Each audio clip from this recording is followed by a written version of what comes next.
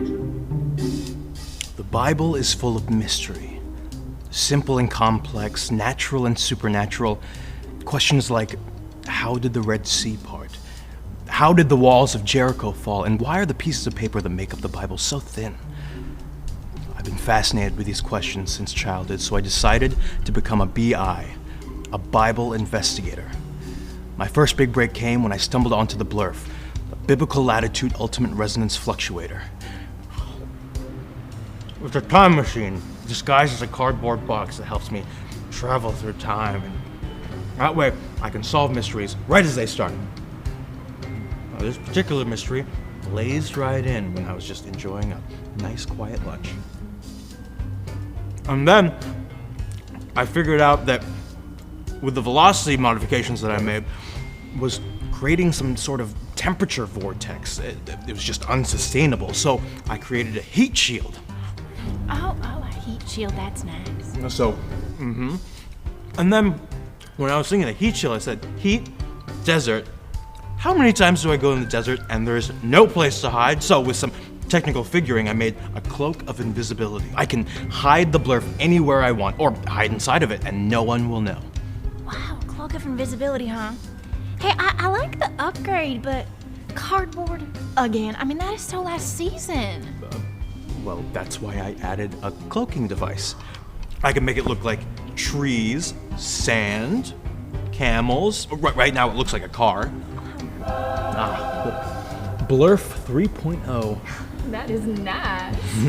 So when I was messing around with the heat shield and the invisibility cloak, I realized something, that for a moment that there was a little temporal configuration in the space-time continuum that I saw it for just a moment, but I could have sworn that there was a time portal between biblical times and now. A time portal? Bixby, if there was a time portal between biblical times and us, and wouldn't people from the Bible randomly drop in wearing biblical clothes? I mean, come on, have you ever seen that happen? I don't think so. Oh, it just happened. Oh my goodness. Are you okay? Hello. Now, surely I must be going insane. This is the second strangest thing I've seen all day. What is this place? Why don't you come on, sit down a minute and sit. Yeah, and just rest a minute. And my name is Sally, and this is Theodore Bixby, and I assure you we are very nice people. So why don't you go ahead and just tell us your name, where you're from, and what year is it for you? Well, I am Athazar, servant of the great King Nebuchadnezzar of Babylon. It is the second year of His Majesty's reign. Now, I was in the middle of worshiping at the foot of the golden statue when suddenly everyone started shouting. Then I'd witnessed the most extraordinary thing take place in a furnace that I cannot make any sense of. So I was so amazed that I wandered the streets of Babylon in a daze trying to figure it out. Next thing you know, I fell into a pit and I saw you. Oh my. It is just as I thought. You said the second year of King Nebuchadnezzar's reign, right? Yes. Well, let's see. Daniel 3. Okay. Athazar, I believe you have literally walked into the future. The future? Yes, someone must have been irresponsible with time travel. I don't know who, I couldn't tell you. But I believe that you've walked from a time portal from Babylon to here. Luckily, you've landed in the one place that can actually help save you and bring you back to your time. Well, this has been a strange day indeed. First, the mysterious phenomenon I witnessed in the furnace, and then now I'm in the future. But you seem like a wise man, Theodore Bixby. Are you a wise man? I'm what you call a Bible investigator. I help solve mysteries from your time. Well, then I humbly request your assistance in delivering me back to Babylon and helping me solve the mystery of what I saw earlier in the furnace. A mystery? Please, please, please, Bixby, can we go? You can try all that fancy new stuff on the BLURF.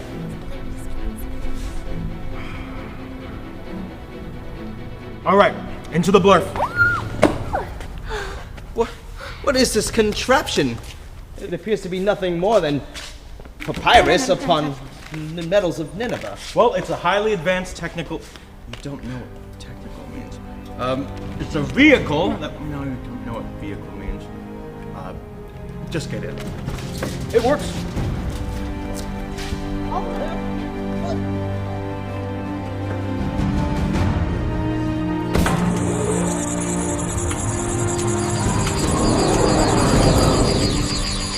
Well, now that was indeed the third strangest thing I've experienced all day.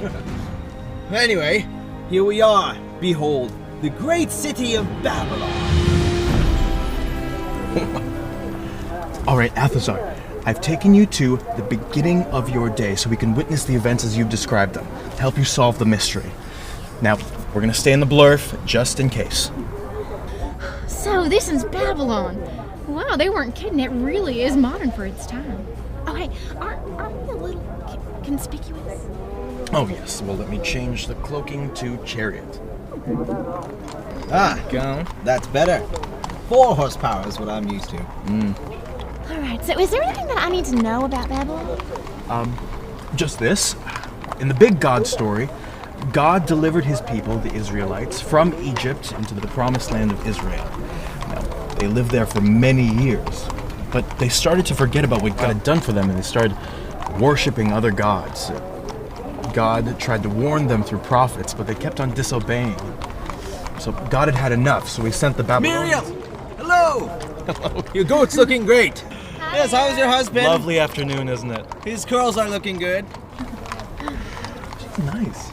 Very nice. But God had had enough, so he sent the Babylonians into Israel to punish them and the Israelites into Babylon as exile. Daniel 3, which is where I believe we are right now, puts us right there. Ah, yes, the Israelites.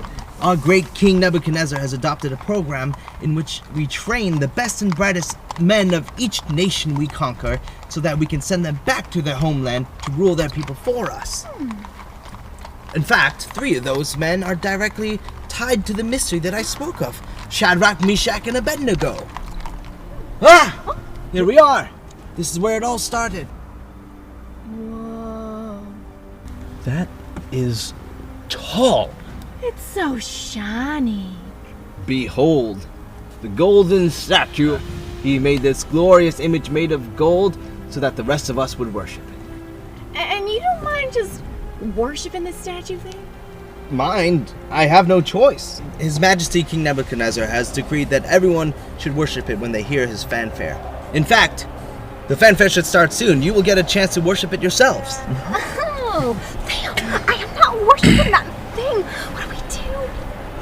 Oh, did you say that there was an invisibility cloak or button? So now you're interested in my cloak of invisibility. Oh gosh, I'm just turning it on before the fanfare starts. Okay, just don't backseat blurf. Let me just get it here. Are you certain that no one can see us? Fairly certain. Okay. Everyone is worshiping. There's King Nebuchadnezzar over there. Listen to what happens. Nebuchadnezzar, 3 of your esteemed Israelites, Shadrach, Meshach, and Abednego, they're refusing to bow down to your statue. What? When the fanfare plays, they just ignore it and do whatever they were doing. How dare they? Sorry. I have issued an edict. Oh, we'll get them to bow to the statue. Bring them here to me now. You men, is it true that you will not bow down to this statue? Oh, we'll see about that. When the music plays, either you will bow down and worship the statue, or I will throw you into a blazing, hot, fiery furnace! Then, who will rescue you? King Nebuchadnezzar, we don't need to defend ourselves to you. If you throw us into the furnace, the God we serve is able to deliver us from it, and he will deliver us from your majesty's hand. But even if he does not, we want you to know, your majesty, that we will never serve your gods or worship this image of gold you have built. Outrage! How dared you? Turn up the furnace! Make it 7 times hotter than usual. Throw them into the furnace! King Nebuchadnezzar is very serious about his statue. That furnace over there is very dangerous. It is so hot that when someone approaches the heat, from a distance it will kill them. It's usually used for melting metals and making bricks. When he threatens someone, they usually do what the king says. I can't believe that the men of Israel would fear their God more than the great King Nebuchadnezzar. I've never seen anyone say no to His Majesty. And they're heating it up to 7 times the normal heat. Oh, goodness. Bixby, didn't you say that there's a heat shield on this thing? Can you please turn it on? Yes, Indeed. Sally, you remembered. You were listening. I'll turn it on just for you. Oh, my goodness.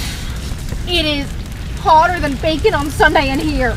Look, here is where the strange events begin. They're turning the heat up. If I remember correctly, this is when the 2 men who were charged of throwing them in die from being so close to the flame. So here are the 3 Israelites, Shadrach, Meshach, and Abednego. Look, their hands are tied and they're fully clothed. There's no way they can survive being in the furnace. And yes, let me check. 1, 2, 3. Yes, there's only 3 of them. They're throwing them in. Oh, I can't watch this. They don't deserve it. But you see, they shouldn't even be alive, but there they are walking around in the furnace. What hell on earth? Not only are they walking around, but there are 4 men in there. Didn't we just count 3 men getting in? But now there are 4. I think King Nebuchadnezzar can see it too. Can you hear him shouting? Shadrach, Meshach, Abednego, servants of the Most High God, come out of the furnace. Your God sends an angel to you in the fire. Your God rescues His servants. He must be the most powerful God. You were willing to defy the king and die, rather than serve anyone but your God. From now on, if anyone has anything to say against your God, they will face punishment from me, because your God is mighty to save His servants. How do you explain this? How do only 3 men enter a fire, 4 men walk around without even being burned, and then 3 men leave without even smelling like smoke? Well, Athazar, I think even King Nebuchadnezzar solved this mystery. You see, the God that these men serve saved his servants from the furnace.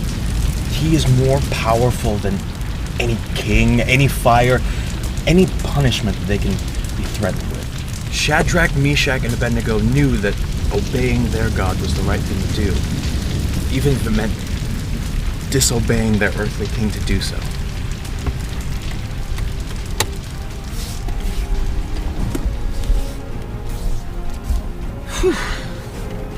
That is much better. Indeed. So, if I were to worship your God, does that mean that if any time I find myself in a dangerous situation, you would rescue me? You know, I don't think that's what it means. You're absolutely right, Sally. God may not always take away the bad things in your life, but He certainly comforts those who choose to serve Him. So the mystery is solved. Everything I saw can be explained by knowing that the God of Israel rescued His servants from out of the furnace. Suddenly, King Nebuchadnezzar doesn't look so worthy of being worshipped. This God is more powerful and is mighty to save His servants. Pretty amazing, huh? Well, now that mystery is solved, on to the next. How did I get in the future? Now, I was just walking through that archway. Oh, look at the sundial. It is getting dark. We have that, We have prior a dinner party to dinner go party. to. I of course. understand. I understand. Thank you for rescuing me from the future. I wish you all the best serving your great God of Shadrach, Meshach, and Abednego. Hear, hear. Wow, that adventure was amazing. I gotta hand it to you and the Blurf 3.0. Well, thank you. Nice work. How do I, get out of here?